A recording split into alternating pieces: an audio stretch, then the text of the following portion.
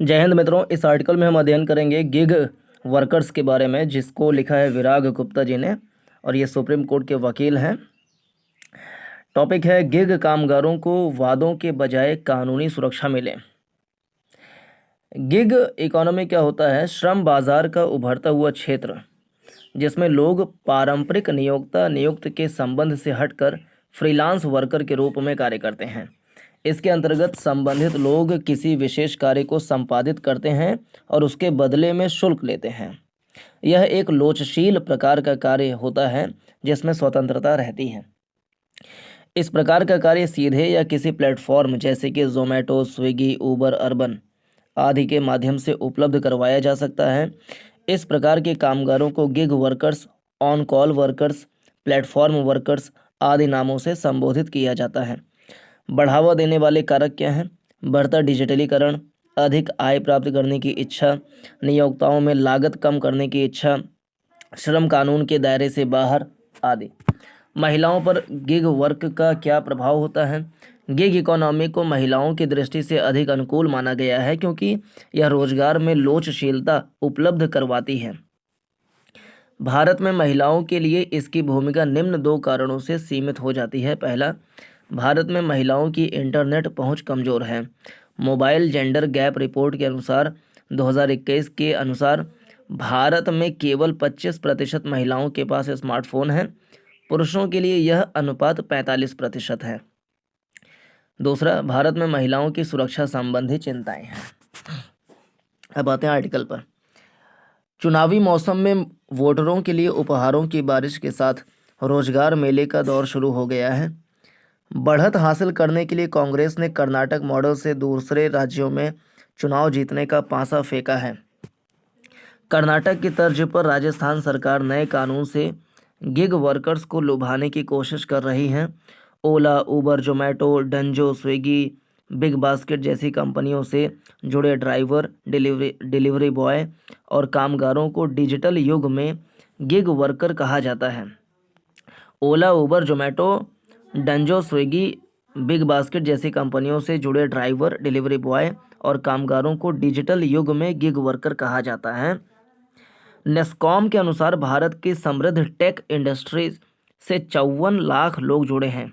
NASSCOM के अनुसार भारत की समृद्ध टेक इंडस्ट्री से 54 लाख लोग जुड़े हैं, लेकिन उससे डेढ़े गिग वर्कर्स को भगवान भरोसे छोड़ दिया गया है।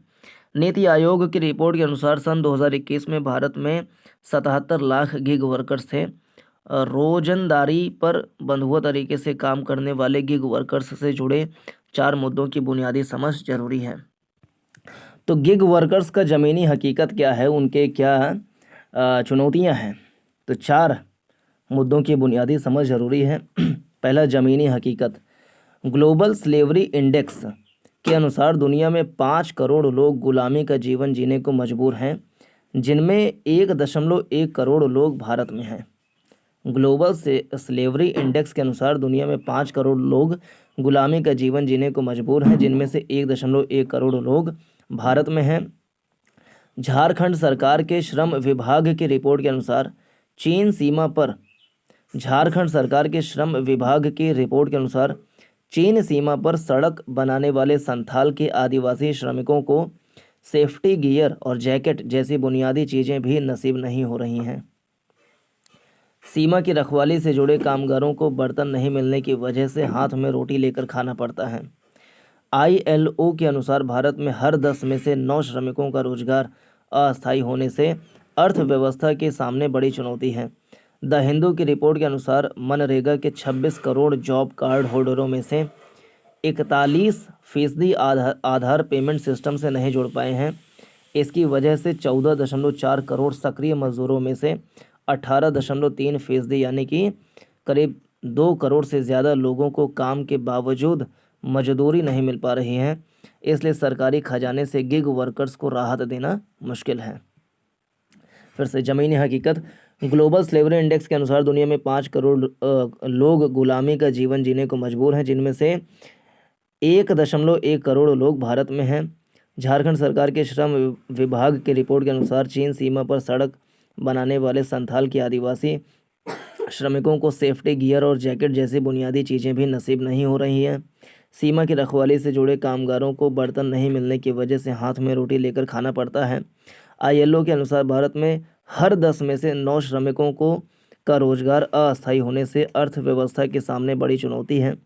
द हिंदू की रिपोर्ट के अनुसार मनरेगा के 26 करोड़ जॉब कार्ड होल्डरों में से 41% आधार पेमेंट सिस्टम से नहीं जुड़ पाए हैं।